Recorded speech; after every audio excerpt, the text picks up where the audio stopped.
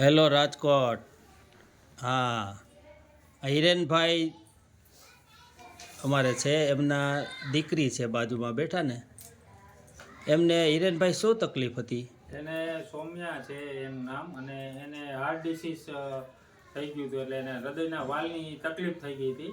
Yes. તો એના માટે અમે ઘણા દવાખાને ફર્યા છીએ. પછી છેલ્લે સિવિલમાં અત્યારે એની ટ્રીટમેન્ટ હાલતી, પેનાસિલિકના ઇન્જેક્શન દર મહિને લેવાના હતા. બરાબર. તો અમે પછી એને રેનાટસ નોવા ચાલુ કરાવી અને હરિદ્રા ચાલુ કરાવ્યું, જેનાથી એને જોરદાર રિઝલ્ટ મળેલું છે.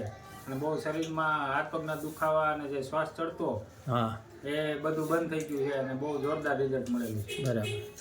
હિરેનભાઈ, તમે આ તમારી દીકરીને શું પ્રોડક્ટ આપી હતી આપણી ફૂડ સપ્લિમેન્ટ? રેનાટસ નોવા છે ફૂડ સપ્લિમેન્ટમાં. હા, યસ.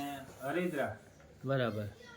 એનેથી રિઝલ્ટ મળ્યું એવું થયું ને? રિઝલ્ટ મળેલું છે. હા, અત્યારે કેટલા ટકા આમ આરામ લાગે છે ને આમ? અત્યારે એને 75% બહુ રાહત મળેલી છે. એને હાથ પગનો દુખાવો બંધ થઈ ગયો છે. હા. અને જે એને શ્વાસ ચડતો બંધ થઈ ગયો.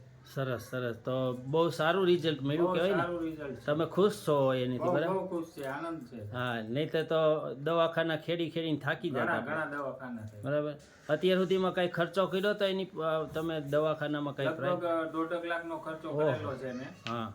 તો એમાં કઈ રિઝલ્ટ મળ્યું નથી. પૈસા બગાડવા છતાંય કોઈ રિઝલ્ટ નથી.